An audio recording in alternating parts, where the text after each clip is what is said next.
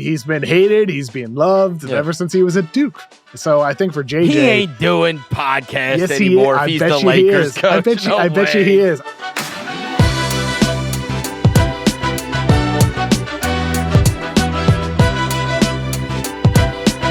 Here's what we know. Shams Charania said that they wanted JJ Redick a long time ago. I think everybody knows LeBron James probably wants JJ Redick to be their head coach.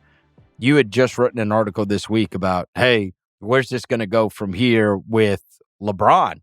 They got turned down by Dan Hurley.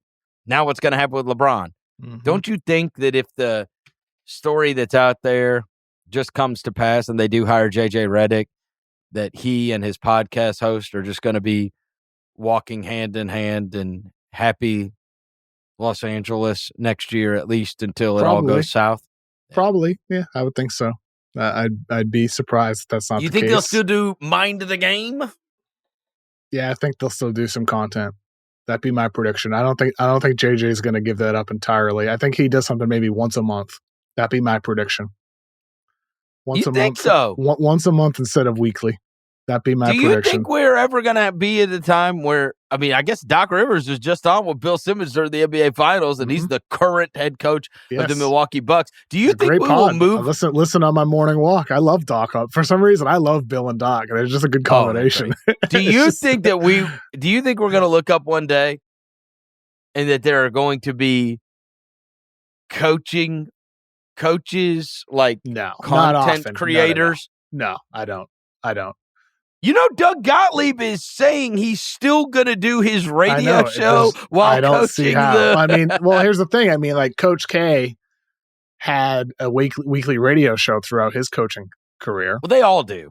I know they all do. They all have a coaching show. But like that's Coach K. Yeah. And like he can do it for an hour a week, 2 hours a week, whatever it is. And so I it's not like it's not being done. That's why I think JJ will do it. He will do it. I'd be surprised if he didn't do it. There's no way he's going to give up. Like JJ, I like JJ. I think JJ like is a good dude. He does have a big ego. Like he does have like kind of like a I'm changing sports media, complex, and he is in some ways. But there's always been like X's and O's content. But doing it on that stage where you're a broadcaster, you're on First Take and all that stuff, you are doing something different to a mainstream audience that is typically viewing and seeing more debates and stuff like that, right? I don't think JJ would want to give that up. He's going to want both. And clearly, and in fairness to JJ, he didn't say. I don't think he ever said that people haven't produced the X's and O's content. I think he would probably tell you nobody has produced X's and O's content that anybody consumes. At a high level.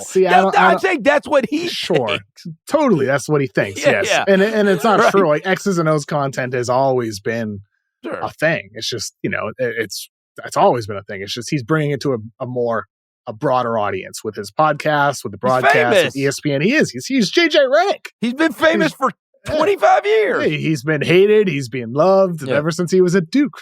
So I think for JJ, he ain't doing podcasts anymore. If he's the Lakers coach, I bet you he is. I bet you he does. I bet you he does one a month.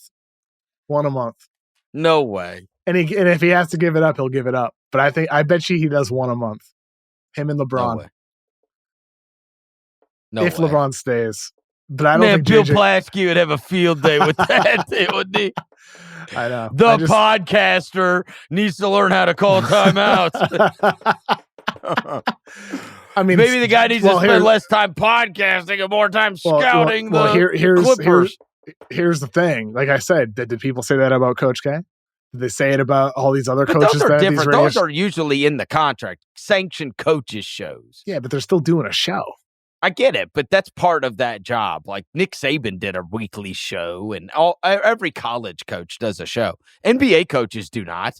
They don't. I don't know of any coaches show in the NBA. But why? I know I don't either. But all I'm saying is other coaches have done it, not NBA coaches. But why can't JJ?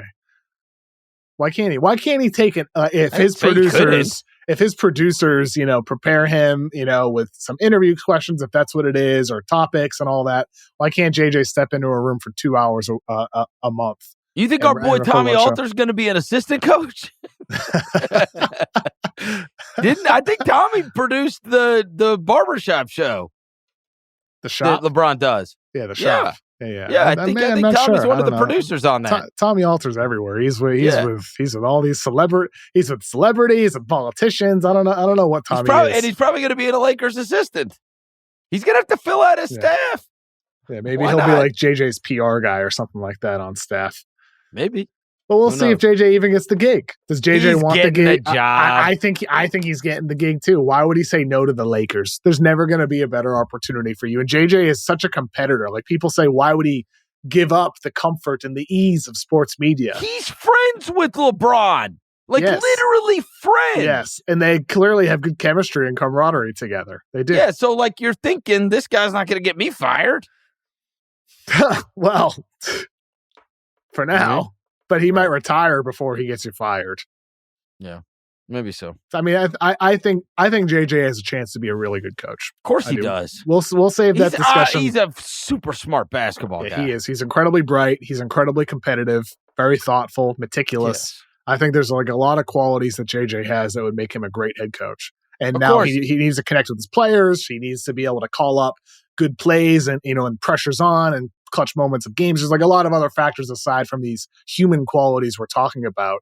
But he's been successful at everything he set his mind to throughout his entire life. And so much. And look, the big thing, there's nothing basketball-wise that I think that JJ Redick probably can't do. Honestly, I agree. I'm being serious about this. I agree. Being a head coach is so much about being a politician and about being able to deal with the media as well. That's the question with him. The thing. And I'm talking about inner office politics. Yes, especially exactly. with that organization. Managing people and personalities. Yes. That's where JJ, I mean, we'll see. You just don't get to be the basketball coach and just worry about basketball. Yes. You end up having to be a people pleaser, and you have to end up, it's an all-encompassing job. It's much more than all the qualities and the X's and O's that we're talking about. It's all that political stuff. And too. every basketball coach only wants to coach basketball, and they don't want to be given all the data from the nerds, and they don't want to be given. Well, JJ's different there. JJ's different there. He does embrace numbers, and also he is until it comes time that they tell him he needs to not be playing Taurean Prince and he needs to be playing Rui Hachimura, but he doesn't think Rui Hachimura is worth it. I'm telling you, all of these guys. I've dealt with all of them. I've dealt with the ones that hate analytics and love analytics, and they, you know what I mean? Maybe. And it's like, we'll see. Yeah. Who knows? It'll be fun to watch either way. I hope he gets that job. I hope he gets that job. I hope so too. Because it makes that super interesting. Be incredible, right? It'd be such it's not interesting. If it's James Borrego, that's not interesting. I'm gonna fall asleep if it's Borrego. I'm gonna start snoring. Terrible.